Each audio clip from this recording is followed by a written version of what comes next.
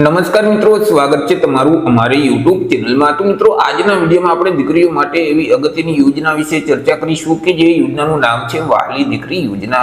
યોજના વિશે આપણે તમામ પ્રકારની માહિતી એક જ વિડીયોમાં મેળવી લેશું, પરંતુ તે પહેલા વિડીયો ગમે તો લાઈક અને શેર કરી દેજો। ચેનલમાં નવા હોય તો ચેનલને સબસ્ક્રાઇબ કરી દેજો। તો ચાલો મિત્રો, વિડીયોની શરૂઆત કરીએ।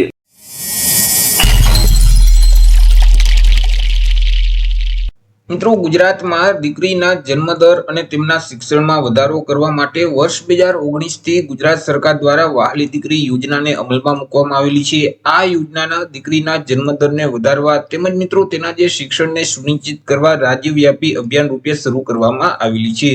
યોજના અંતર્ગત દીકરીના જન્મને પ્રોત્સાહન આપવા, સ્ત્રી ભ્રૂણ હત્યા અટકાવવા તેમજ મિત્રો કન્યા શિક્ષણને ઉત્તેજન આપવા અને મિત્રો સમાજમાં સ્ત્રીઓના સ્થાનને મજબૂત કરવા માટે તે મૂળભૂત ઉદ્દેશથી અહીં ગુજરાત સરકાર દ્વારા વહાલી દીકરી યોજનાને અમલમાં મૂકી અને દીકરીઓને સહાય આપવામાં આવે છે। ચર્ચા કરી લઈએ અહીં લાભાર્થીની પાત્રતા વિશે, એટલે કે યોજનાનો લાભ છે તે કઈ કઈ દીકરીઓને મળવા પાત્ર થશે, યોજનાના નિયમો કેવા રહેશે, યોજનાની શરતો શું રહેશે। તો કે આ જે યોજના છે તે યોજના 2/8/2019 પછી અમલમાં મૂકવામાં આવેલી છે, જેથી કરી જે દીકરીનો જન્મ 2/8/2019 કે ત્યાર પછી થયેલ છે તે દીકરીઓ આ યોજનાનો લાભ છે તે મેળવી શકે છે। મિત્રો, અહીં જે દીકરીના માતા પિતા છે કે જે દંપતી છે તેને પ્રથમ 3 સંતાનો પૈકી જે તમામ દીકરીઓ છે તે તમામ દીકરીઓને આ યોજનાનો લાભ મળવા પાત્ર થશે। જો 3 દીકરીઓ હશે તો તેવા સંજોગોમાં તમામ દીકરી એટલે કે 3 દીકરીઓને યોજનાનો લાભ આપવામાં આવશે, પરંતુ અમુક અપવાદરૂપ કિસ્સામાં બીજી કે ત્રીજી પ્રસૂતિ વખતે કુટુંબમાં એક કરતાં જો વધારે દીકરીનો જન્મ થયો હશે તો ત્યારે મિત્રો દંપતીની જે દીકરીઓની સંખ્યા છે તે 3 કરતાં વધી જતી હશે તો તેવા સંજોગોમાં તમામ દીકરીઓને આ યોજનાનો લાભ છે તે મળવા પાત્ર થશે।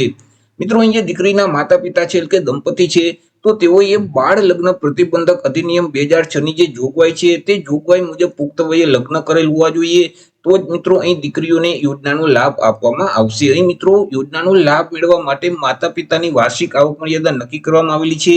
અહીં જે દીકરીના માતા પિતા છે તેમની જે વાર્ષિક આવક છે તે ગ્રામ્ય વિસ્તારમાં રહેતા હોય કે શહેરી વિસ્તારમાં, બંને માટે મિત્રો વાર્ષિક આવક એક સમાન જ રાખવામાં આવેલી છે। અહીં મિત્રો વાર્ષિક આવક રૂપિયા 2 લાખ સુધીની હોવી જોઈએ। જો રૂપિયા 2 લાખ કરતાં વધારે વાર્ષિક આવક હશે તો તેવા સંજોગોમાં તે દીકરી આ યોજનાનો લાભ મેળવી શકતી નથી। મિત્રો, આ યોજનાનો લાભ મેળવવા માટે દીકરીનો જન્મ થયેથી 1 વર્ષની અંદર તમારે અરજી ફોર્મ ભરી દેવાનું રહેશે। જો દીકરીના જન્મથી 1 વર્ષ કરતાં વધારે સમયગાળો થઈ જશે તો તેવા સંજોગોમાં આ યોજનાનો લાભ છે તે આપવામાં આવતું નથી।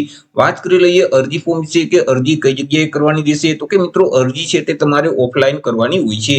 તમારી ગ્રામ પંચાયત ખાતે જે ઈ ગ્રામ સેન્ટર આવેલું હોય ત્યાં મિત્રો જે વીસીઈ ઓપરેટર બેસતા હોય છે તેમની પાસે જવાનું રહેશે, અથવા તો તાલુકા મામલેદાર કચેરીમાં જે જનસેવા કેન્દ્રના ઓપરેટર છે તેમની પાસે તમારે જવાનું રહેશે, અથવા તો મિત્રો જિલ્લામાં જે મહિલા અને બાળ વિકાસ અધિકારીની જે કચેરી છે તો ત્યાંના જે ઓપરેટર છે તેમની પાસે જઈ અને તમારે મિત્રો ઓફલાઈન અરજી કરવાની રહેશે।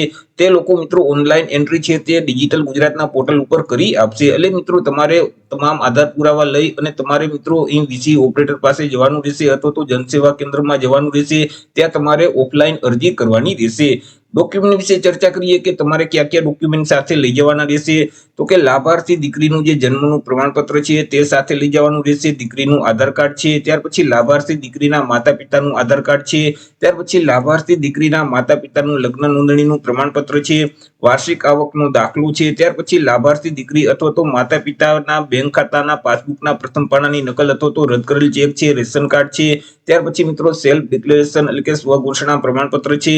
તો અરજી ફોર્મ ભરવા માટે તમારે આટલા ડોક્યુમેન્ટ સાથે લઈ જવાના રહેશે। ચર્ચા કરી લઈએ સહાય વિશે કે આ યોજના અંતર્ગત કેટલી સહાય આપવામાં આવે છે, તો કે આ જે વહાલી દીકરી યોજના છે તે યોજના અંતર્ગત દીકરીઓને અલગ અલગ 3 હપ્તામાં રૂપિયા 1,10,000 સુધીની સહાય મળવા પાત્ર થાય છે, કે જેમાં પહેલો હપ્તો છે તે દીકરી જ્યારે પહેલા ધોરણમાં પ્રવેશ કરશે એટલે રૂપિયા 4,000 નો આપવામાં આવશે, બીજો હપ્તો છે તે દીકરી જ્યારે 9મા ધોરણમાં પ્રવેશ કરશે રૂપિયા 6,000 નો મળવા પાત્ર થશે, અને ત્રીજો હપ્તો છે તે દીકરી જ્યારે 18 વર્ષની ઉંમરની થશે એટલે ઉચ્ચ શિક્ષણ અથવા તો લગ્ન સહાય માટે રૂપિયા 1 લાખ નો મળવા પાત્ર થશે।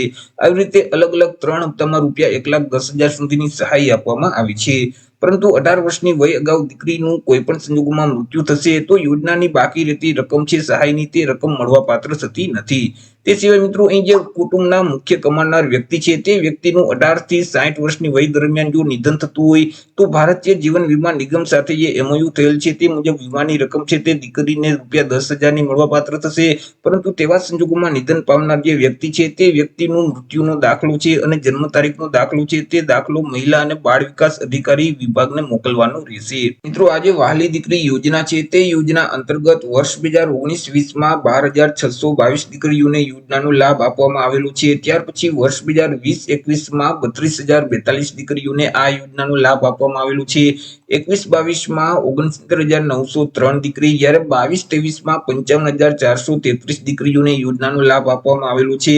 23-24માં 67,012 દીકરીઓને આ યોજનાનો લાભ આપવામાં આવેલો છે, જ્યારે 24-25માં 41,649 દીકરીઓને યોજનાનો લાભ છે તે આપવામાં આવેલો છે. નોંધણી છે તે કરવામાં આવેલી છે, જેથી કરી અત્યાર સુધી 3,000 કરોડ કરતા પણ વધારે સહાય છે તે સરકાર દ્વારા મંજૂર કરવામાં આવી છે. તો આવી રીતે મિત્રો વહાલી દીકરી યોજના અંતર્ગત દીકરીઓને ₹1,10,000 સુધીની સહાય આપવામાં આવે છે. તો આશા રાખું છું વિડીયો પસંદ પડ્યો હશે. વિડીયો પસંદ પડ્યો હોય તો લાઈક અને શેર કરી દેજો. ચેનલમાં નવા હોય તો ચેનલને સબસ્ક્રાઇબ કરી દેજો. ફરી મળીશું એક નવા ટોપિક સાથે એક નવા વિડીયોમાં. ત્યાં સુધી જય હિન્દ, વંદે માતરમ.